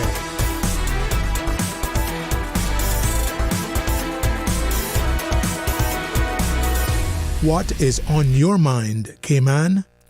Welcome back, and we've got about 5 minutes or so to go. So, Ms. DeCou, let me start with you, and you can all get some final points in. Thank you so much. I just want to say thank you, everybody, for tuning in, and I would really encourage you all to read up more about the Cayman Community Party at our website, which is votetccp.ky. You can read about each of the candidates there. You can find our social media handles there. You can follow my socials, my Instagram or my Facebook, and you'll find out when I'm having some more events before the big day, which is in T-minus less than 2 weeks now. But in closing, I just want to say, I'm ready to serve alongside my colleagues at the Cayman Community Party, and to see where I can use my professional powers for good to make difference in people's lives and improve people's quality of life and safety and health in our communities. The unique blend of experience that I bring, as well as my expertise in resource efficiency, right? I'm also someone who, from canvassing and just being a neighbor and a volunteer, I can relate to so many people in Georgetown East, so many people in this country as a whole, right? A young Caymanian with a small business, painfully aware of the cost of living crisis, post-pandemic, crisis that we're navigating, and have lived many lives, have seen a lot, have experienced a lot, and it makes me uniquely relatable to a lot of the challenges that people are facing. I have also represented Cayman regionally, something I'm very proud of. I've traveled to represent Cayman, and it would be a sincere honor to work for the people of Georgetown East from May 1st and to serve you in a leadership position. So just want to say thank you again to Radio Cayman. Host Charles, thank you so much for having us on, and I'll just pass the mic over to my colleague Robert. Thank you, Em. Thank you, Charles. Thank you, listening audience. Bodden Town East, I ask you today, is your life any better off today than it was 8 years ago? Are you happy with the past years of representation by your current minister? Has your dollar been able to purchase food, pay your monthly bills, and leave you something to save for a rainy day? That answer is a definitely no. So with that, I want to say to you, thank you for allowing me into your homes. Thank you for your calls. Thank you for coming out to listen to me at my meetings. Tonight I will be hosting my final meeting at 7 to 4 Kipling Street, Bodden Town. Hoping to see you there. I'd like to say have a happy and blessed Easter with your families. Please remember the reason for the season, and may God bless each and every one of your families. And remember, April 30th, who you voting for? Number 1, Robert Bodden, TCCP, Bodden Town East. Mr. Panton, you got 2 minutes. Yeah, thank you very much. One of the things I do want to actually focus on very quickly is the need for us to have an adolescent mental health facility put in place. We have Alex's place at the HSA. That helps kids when they come in, but not in a crisis situation. But we have a mental health crisis that's going on in this country, particularly with young people. I visited an unfortunate family a few nights ago for someone who lost a child, and it was the most heartbreaking thing. But I see so much of it across this country with young people, and not just young people. I mean, I also had a constituent yesterday, much older, who's suffering the same kind of issues. So we need to take this seriously and address this, and we are going to be putting in a national youth mental health facility, hopefully at the HSA. I'm told that there is space here. We can get that done. We want to rebuild trust in leadership. I think there are a lot of people today who are saying, well, you know what, we're not going to come out to vote because it doesn't make any sense. It doesn't make any difference. We need to restore trust in leadership. We need to have a bold governance reform, and I want to see us get that done. I put in place codes of conduct and cabinet summaries and all this sort of stuff to try to improve transparency. That needs to be pursued further. That needs to continue. Yes, you're going to have people who are held accountable, but that's the point of a code of conduct. Ladies and gentlemen, I want to say I am Wayne Panton, and I am running to do more work in Newlands and to address the considerable challenges that are facing this country. And I'm so proud to have my colleagues here with me today and my other colleagues in the Caymanian Community Party who are working hard together to ensure that we can empower Caymanians, we can give them opportunities so that they can thrive not just today but for generations to come. And a commitment along those lines. And if anybody else is there who wants to work and is committed to serve in that way, to be public servants of good. I didn't come into this. I didn't get involved in politics looking for a knighthood. I am seeking to do public good. I don't care about anything else. I don't care about recognition. And I am proud of my colleagues who have joined us to dedicate themselves to those aims as well. I want to say happy Easter to everybody. Be careful, enjoy yourselves. And in particular, I want to say to my constituents in Newlands, I would appreciate your support on April 30th.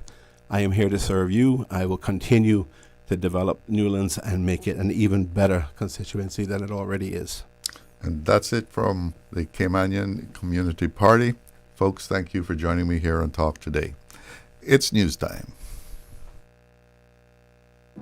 Your voice matters. Your vote counts. If you or someone you know may have difficulty getting to your designated polling locations on general election and referendum day on the 30th of April, you should apply for mobile voting. You don't have to miss your chance to vote. If you're in the hospital, a rest home, or are unable to leave your home, if you have a physical disability that makes it difficult to vote in person, or if you will be working on general election and referendum day and will be unable to get to the polls, apply for mobile voting. The deadline to apply is the 17th of April. Visit elections.ky or call 949-8047 for more information and assistance. Your vote matters, and the Elections Office wants to make sure it's heard.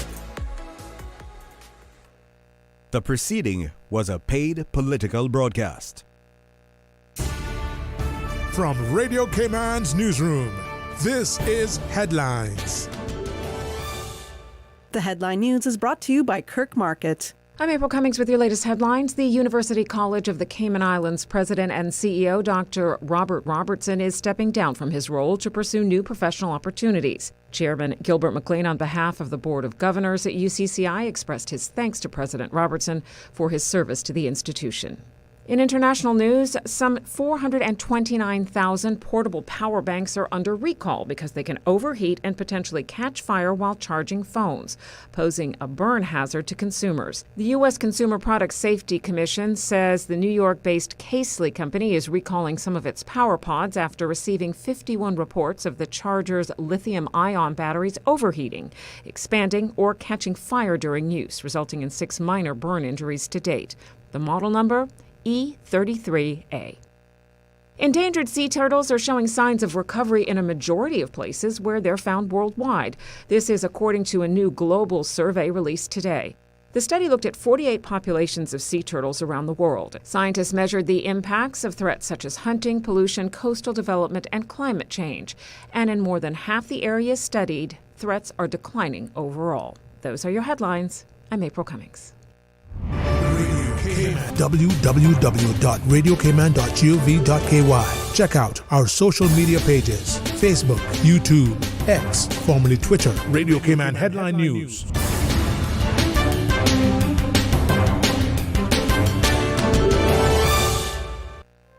Looking for fresh, healthy food that's full of flavor? Then you've got to visit Kirk Market. Our dishes are made with fresh, high-quality ingredients. Enjoy vibrant mixed greens or satisfying pasta salads. Or try one of our delicious grill options like blackened chicken, spicy beef steak, or grilled salmon. Looking for something light and flavorful? We've got sushi rolls and poke bowls prepared daily. And don't forget to explore a hot bar or Billy Fresh salad at the salad bar. Stop by Kirk Market today for breakfast, lunch, or dinner and taste the difference. Eat well, live well with Kirk Market.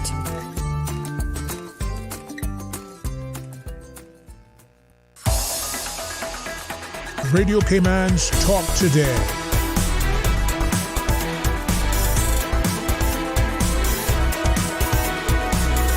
What is on your mind, Cayman?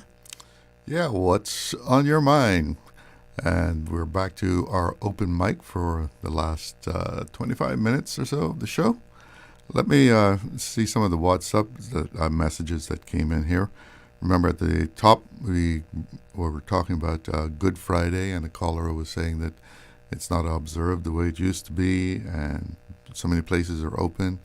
And someone sent a message saying there are businesses with licenses to open Good Friday on Good Friday these days, and I guess there are. It's,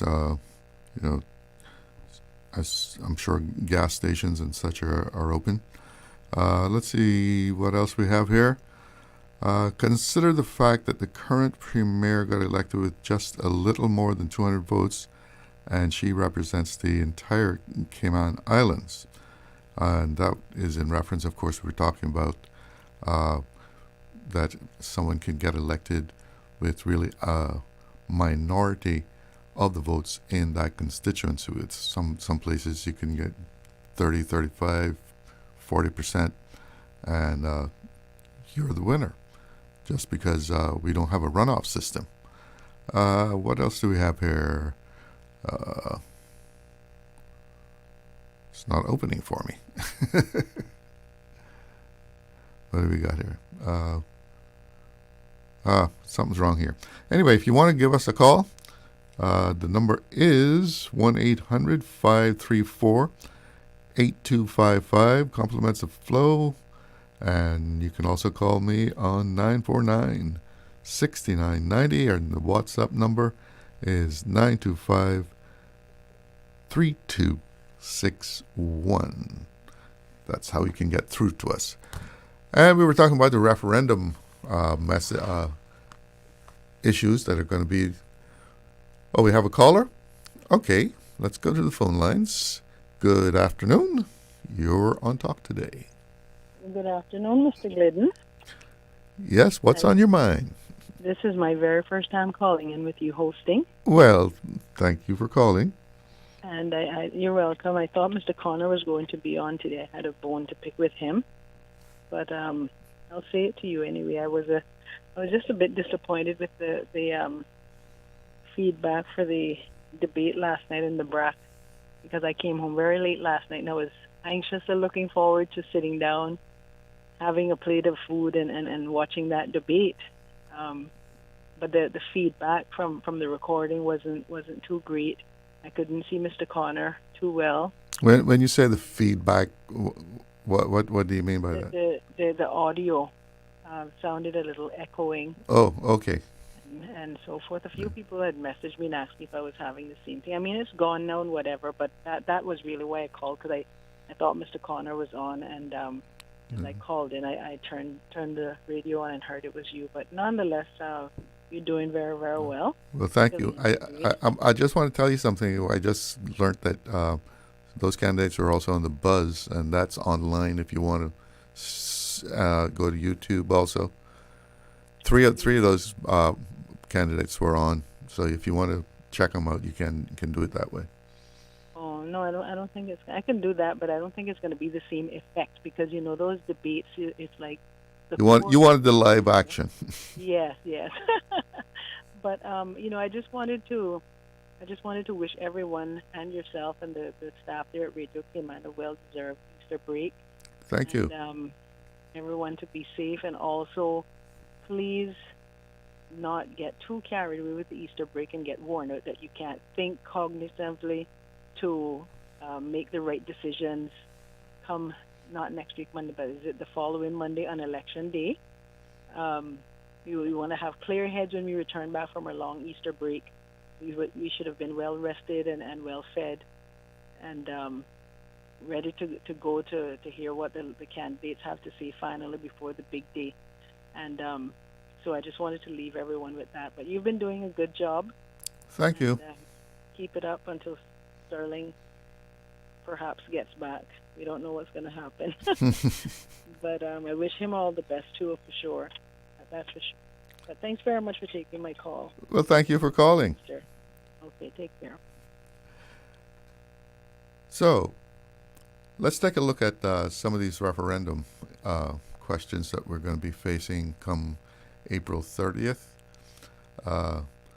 alongside the general election for the Parliament.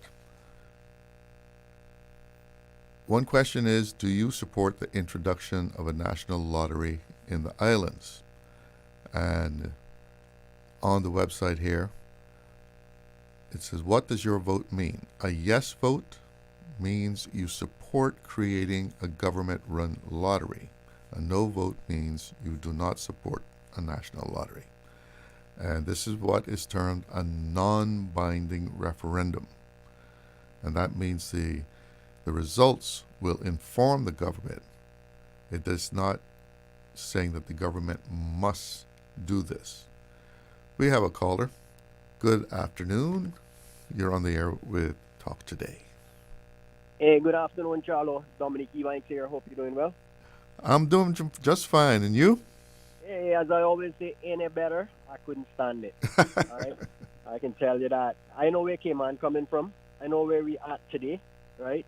And you as well know. I mean, I born in 1974, and I don't need to think back too far to see the improvements that we've had over the last, 40, 50 years in this country, right? And a lot of people will say that, we've developed too fast. Others will say to some politicians, you have done nothing, right? When you look back at it, Charlo, and let's just step back for a time of 1974. You had back then people like Mr. Benson Ebanks running the government. Yes. And during that time, he himself was looking forward to a controlled development, right? Control, that's the word in there, right? And 10 years after that, 74 to 84, I guess we can say BOE, Benson Ebanks, or Benson Obadiah Ebanks, the best on earth, they used to call him, right? We had a transition in 84, 10 years later, where Dr. Honorable William McKeever Bush came into the scene, along with the same platform. We saw it. That's when he first got elected, And since then, that would have taken us 40 years. Well, last year it would have been 40 years, right?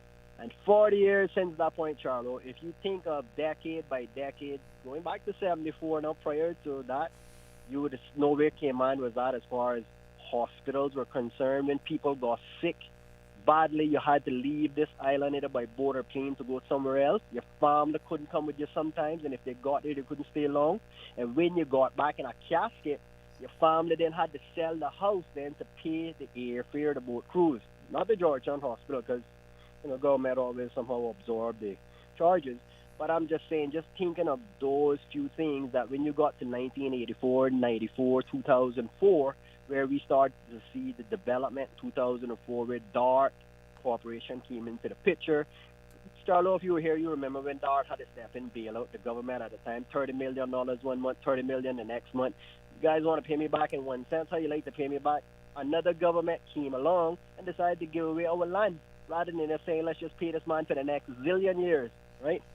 So bad decisions being made. But I just wanted to echo, when people go to the polls and make a decision about things like the port, if you think about it, I think somewhere around 1984, I think that's when our current little cargo dock, we can call it, our cargo dock, got sort of redeveloped under the umbrella, again, of Dr. Honorable William McKeever Bush, right? And we ended up with a small dock down there to today that still not only supplies cargo, but it supplies cruise tourism. And it is a shame on the cruise tourism part that we couldn't have enhanced that little dock even better over the years to provide a more immaculate service. But said and done, the time has come today that we have to make a choice. And even though it's going to cost us plenty of money today, and it might cost our children some money tomorrow, the fact is, if we go and build this dock tomorrow, or our children build it tomorrow, it's going to cost them even more, right? And we've seen this. So if we had built the dock 40 years, 50 years ago, we wouldn't have been having this question today. We have been preparing for the next dock, probably. So do you agree that we have runaway development? I mean, that we've developed too much? Of course. The problem is we have lost some controls, because the point of development, you bring inward development. We grow our population. Unfortunately, we did it sort of artificially. We figure out what number of consuming population can self-sustain itself. And we figured back, let's say back in 84, 100,000. I guess today must be 100 million. But 100,000 is the number. We pretty much there, if you want to call it. I think we're 84, 85,000 people. But just round it off. If we lock it off now, we're doing ourselves a favor. But we can almost self-sustain as based on a consumption. But you can't keep using the same money. You need new money in order to, develop forward, right? So how much of us want to stay in it? But we are good. We got hospitals. We got all kind of facilities coming in. We put ourselves in a good place that we can somewhat take back some controls and slow down. That is my argument. It can be slowed down. The same thing with this. We're not saying we're going to build a dock, They're going to build piers, right? That's the word, piers. And there's a big difference between a slab of concrete out the blocking current and flow versus a bunch of piers letting everything go through. Those legs or pillows for those piers there become reefs themselves in places for fish. We've seen it all before, and everything works fine with it, except maybe a hurricane come and tear them down as a possibility. But if we build them strong, in the grace of God, they'll make it through. But the point is, at the end of the day, I personally believe we need to enhance our cargo port. Whether they're going to use it later on for cruise tourism or whatever, it has to be done. And I think it's time to say yes. What I would like to see, Charlo, just quickly, is that we start from now. Now we know there could be a yes vote. Let's just pretend we're going yes to ganja, yes to cruise, yes to gambling. We need to prepare all the infrastructure now. We need to send our kids down to, our training schools to let someone learn how to be welders and whatever these jobs are going to take to build this port, so we can try to fill as much as we can. Because some people would like to leave the bank and go do I think the gentleman said the dock might take between 5 to 15 years it takes to build, depending on how you're going to do it. Yeah. Right. So changing your career now, Cayman, is the time that our community, our university should be saying, okay, this is what the dock's going to need as far as labor. This is what we're going to educate. You're coming out of, you're an accountant. Tomorrow you're going to be a welder, because it's paying more today than the accountants do. The market is saturated with accountants. You can get a certain dollar. I'm not going to pay more. But welders are going to be in demand. We're going to control both work permits, because we have welders here. We have other people. It's not the kind of work that you see right now at this time because you went to school for something else, but you've got to make a change. The world is changing. The world order is changing. This is a year where the reform has come. President Donald Trump, not joking right now. As you can see, he's make America great. We're going to make Cayman great. We've always been locked to America. when I grew up, Charlo, and you grew up, when we looked at our pants or socks and shoes, it said made in America. Don't know where they got a material. Or China, maybe. Yeah, it was made in America, Charlo. And our dollar is locked to the dollar like a flea on a dog, right? And we don't know if they the dog or we the flea or they the flea and we the dog. But we locked to them, Charlo. And I still like to, when we go away to travel, we mostly go there. Right? Yeah. And we don't complain when we supporting their market. All right, we don't complain. And Cayman is a friend to America, and I don't see America seeing us as any threat other than sending some rum cakes and some rum over, and maybe a couple of migrants passing through becoming Caymanians going that way. But for the overall good, we don't pose any kind of threat right now other than our financial institution. And that is what we have to pay close attention for. When Mr. Trump finished with the war and the tariffs, he's going to be looking at other stuff. So just in the case he turns this way, we will be prepared for that too. But well, he might be taking advantage of Cayman's financial industry himself, you know. I mean, he might have something tucked away down here. Well, that makes us more of a friend. And just quickly, decriminalizing marijuana, I want to see rehabilitation. If we go, yes, I want to see rehabilitation places in place. There are people who are not here to smoke ganja. Their brain can't handle it. And there are different strands and types of ganja. And, of course, some people that already have we got a medical crisis here, just like Mr. Panton said, right? And to be honest with you, we need to make sure our infrastructure. I hated to see our Caymanians being sent overseas, Charlo. Our loved ones, our family, our schoolmates. Don't know where they went. Now we hear them coming back, but they've been over there for the last 20 years. Listen, you know? I'm going to have to cut in on you because I got to get one more break in before we end the show. And Susan is over there telling me, you got to get that break in. Thank you so much for calling. You made a lot of good points. We'll be right back.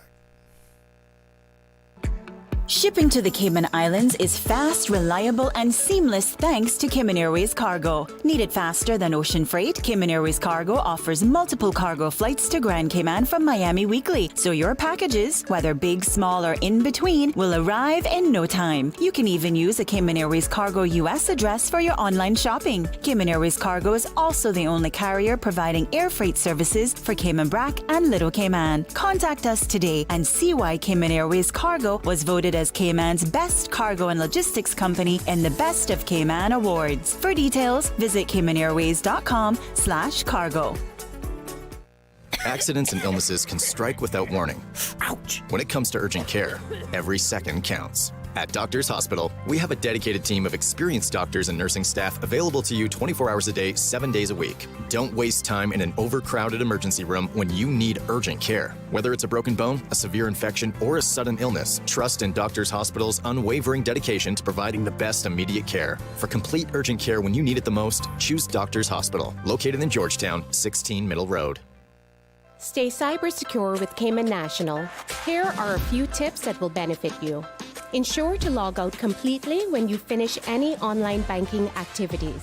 Be aware of phishing attempts and only click links from trusted sources that are sent from your device through emails and messages.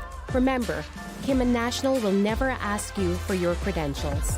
If you suspect a fraud attempt or that your account has been compromised, please immediately contact our customer support team at 949-8300. Freedom, Cayman Brac. Freedom, Little Cayman. Soft breezes, blue waters, no traffic. Unwind and rejuvenate your mind, body, and soul. Sister Island Staycations, a taste of freedom. Discover all that our sister islands have to offer. Big decisions need real data. Before we vote on April 30th, we deserve to know the full picture. The last cruise pier proposal would have cost us $400 million, and that was in 2019. Today, construction costs are even higher. Who pays? Not the cruise lines. They profit from onboard shopping and exclusive partnerships, keeping most of what passengers spend. Meanwhile, Caymanian businesses see a shrinking share of cruise revenue. Before we take on a project of this scale, we need to ensure it benefits us. Vote no on April 30th. Caymanians should benefit from our tourism, not cruise corporations. Vote no to cruise berthing infrastructure. If they are talking about us, living in your head rent-free all this time, we must be relevant. Radio Cayman since 1976. Radio Cayman's Talk Today.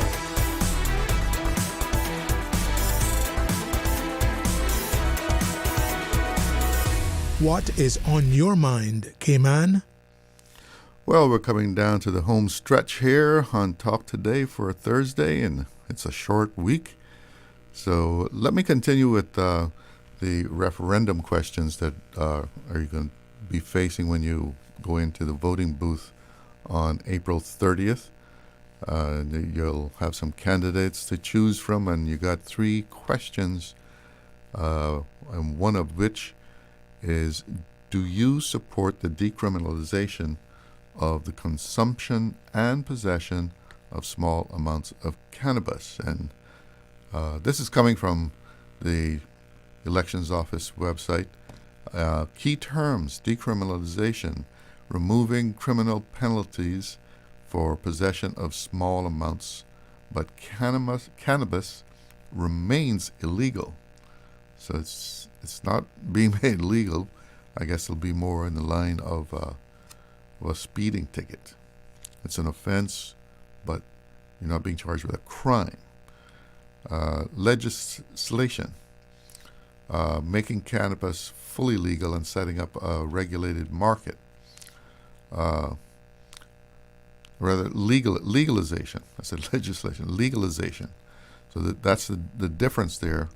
You would make it fully legal and set up a regulated market. Small amounts, a set limit, for example, under 10 grams, and that would have to be defined by the law. They would have to, I guess, go to Parliament and get a definition of that.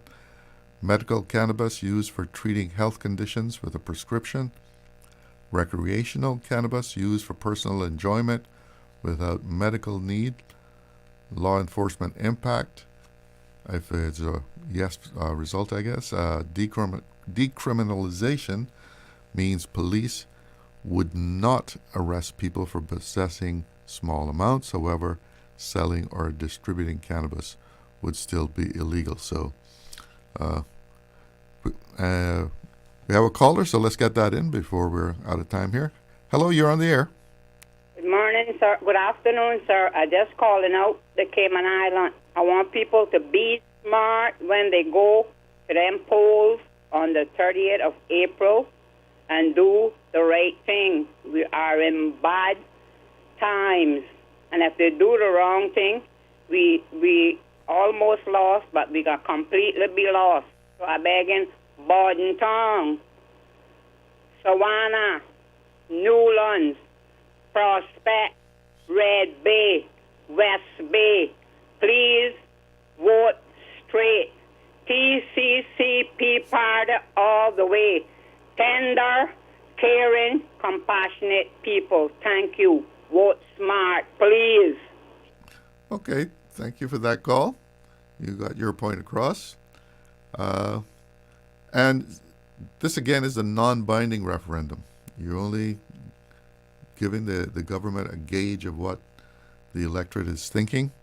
So a yes vote means you support removing criminal penalties for possession of small amounts. A no vote means you do not support decriminalization. And saving the one that seems to be the most controversial for last here, should the Cayman Islands develop cruise berthing infrastructure? And cruise berthing, these are key terms. Cruise berthing refers to a dock or pier where cruise ships can park directly, allowing passengers to disembark without small boats. Environmental impact, the possible effect on marine life, coral reefs, and coastal waters due to construction and the arrival of megaships. Now that's the big point, that some people who aren't supporting this, the no side, the environmental impact. They want to know exactly what is planned so that they know how to vote, because that's at the top of their list. Economic impact, that's another one that's on the top of people's mind.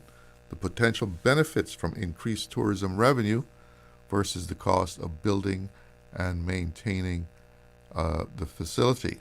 Sustainable tourism. That's a word we hear a lot of these days, sustainable. And sustainable tourism, a way of growing tourism without harming the environment or local communities. And of course, if you vote yes, that means you support building the cruise berthing infrastructure, and no means that you do not support the development of cruise berthing infrastructure. And again, non-binding. If this is passed with the yes vote, it doesn't mean that the government has to do it. If it's defeated with a no vote, that doesn't mean that the government cannot do it. So, non-binding, you got to remember that these things are not binding the government to any action. It's just giving them a feeling for what is going on. Well, it's a short week. We got a long holiday ahead of us. People are going to be going out and doing their camping. I know some of them are already out there. They've picked out their spots. People are going to be having a good time enjoying the beach and staying out there for the whole 4 days. Have a lot of fun and be careful. Don't overdo it. Remember, Tuesday morning, it's back to reality. You got to get back to reality.